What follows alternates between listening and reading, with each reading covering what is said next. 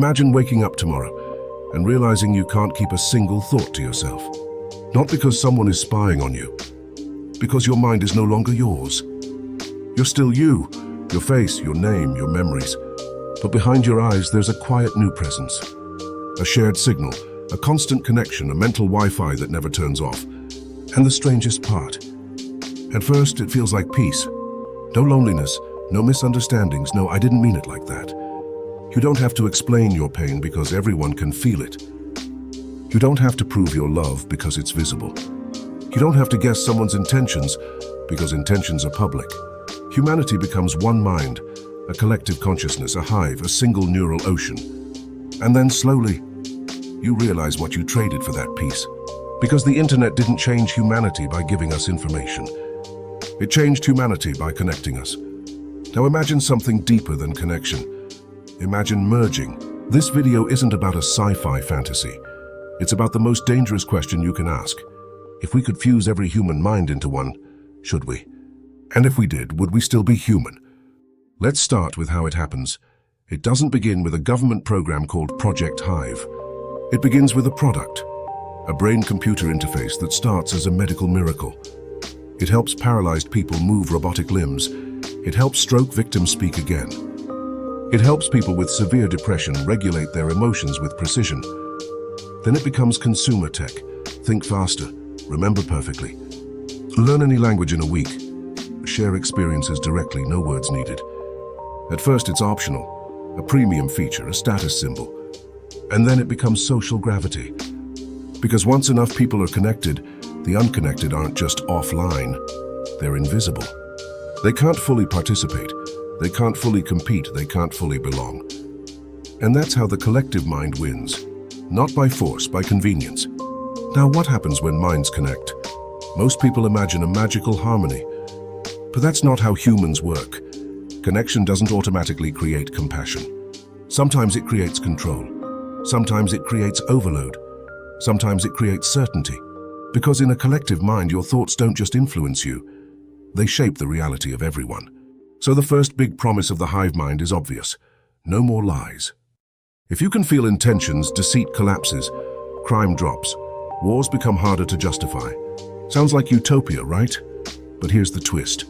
A world without lies is also a world without privacy. And privacy isn't just about hiding wrongdoing. It's about having a space where your unfinished self can exist safely. Think of the thoughts you've had but never acted on. Dark thoughts, weird thoughts, irrational thoughts. Not because you're evil, but because you're human. A private mind is a laboratory. A place where you can simulate impulses without obeying them. Now imagine that laboratory has glass walls. Every intrusive thought becomes public broadcast. Every insecure moment becomes community property. Every doubt is visible. You don't become more moral. You become more performative. Because when other minds are always present, the safest move is to think what you're supposed to think. And the moment thinking becomes performative, the hive starts to get scary. Because what controls the hive? Most people answer everyone, but that's naive. In any network, influence is uneven. Some nodes shape the system more than others. Some minds are louder, some are more emotionally contagious, some are more charismatic. And in a shared consciousness, extremes don't just spread, they synchronize. So let's talk about the second promise, perfect empathy. If I can feel your pain, I won't hurt you.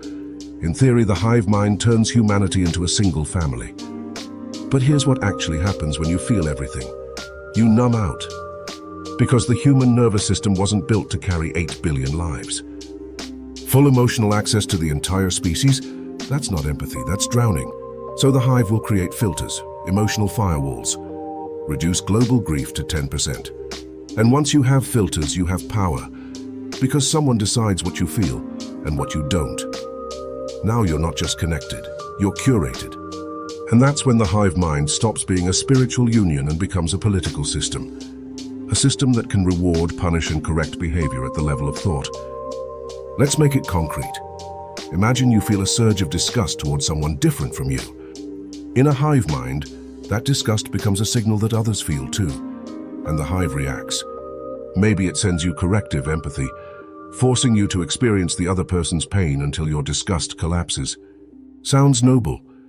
But what if the hive does that for every unacceptable thought? What if the hive starts treating deviation as a disease? Now we're at the third promise. No more loneliness.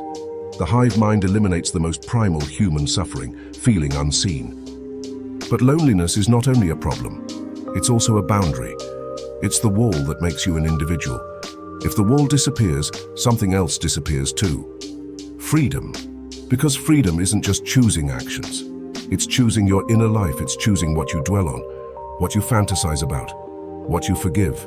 In a hive mind, your inner life is constantly negotiated with the group. And that turns personal growth into public policy. Now here's the moment the story gets truly unsettling.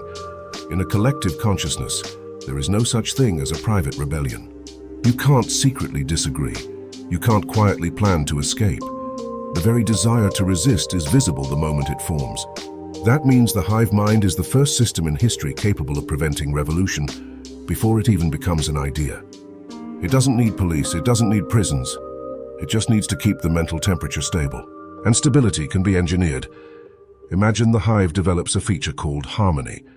It reduces conflict in real time by smoothing emotional spikes.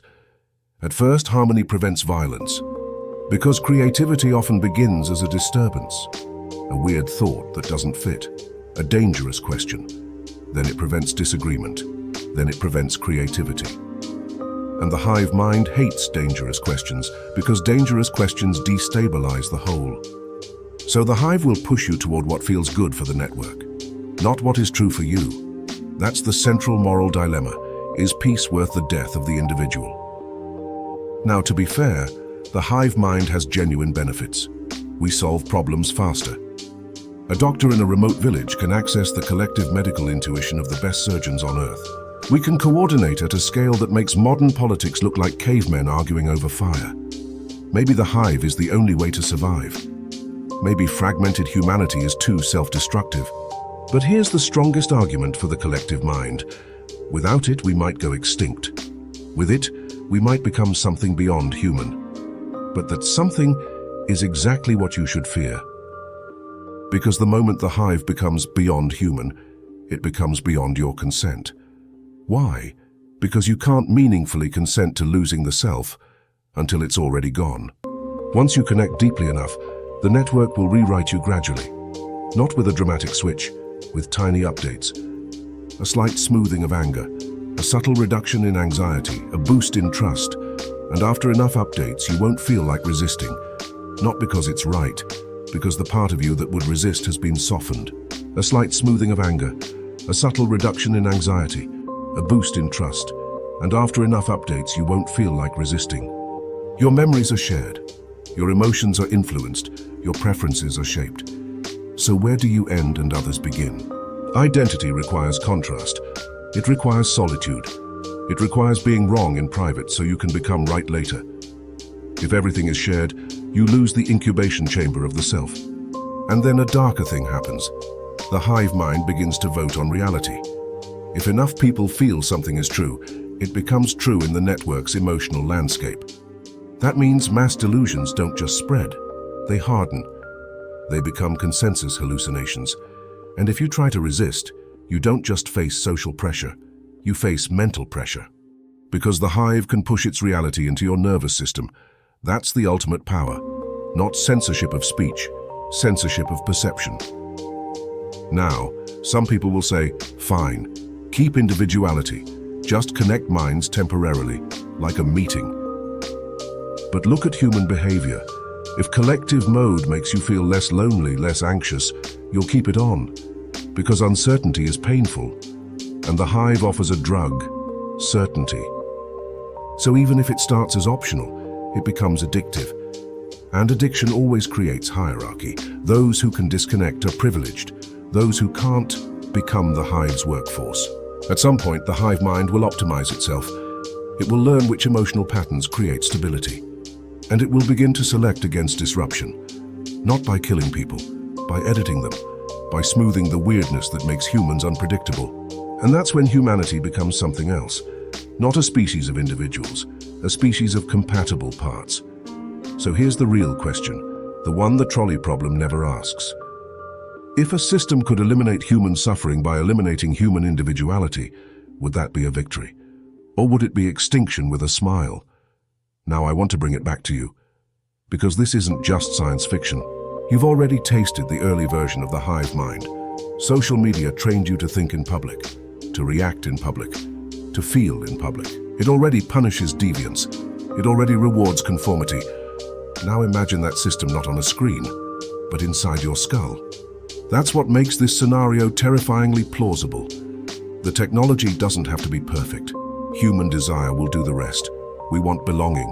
We want relief from loneliness. And the hive mind offers all of it. In exchange for something you don't realize you're giving away until it's too late, your private self. So here is the final question I want you to wrestle with. If you could connect to a collective mind for 1 hour, to feel what everyone feels, to never be alone, would you do it? And if you say yes, are you sure you'd come back the same? Drop your answer in the comments, not just yes or no. If you could connect to a collective mind for 1 hour, to feel what everyone feels, to never be alone, would you do it? Because the most dangerous future isn't the one where machines control us. It's the one where we willingly merge into a system and call it peace.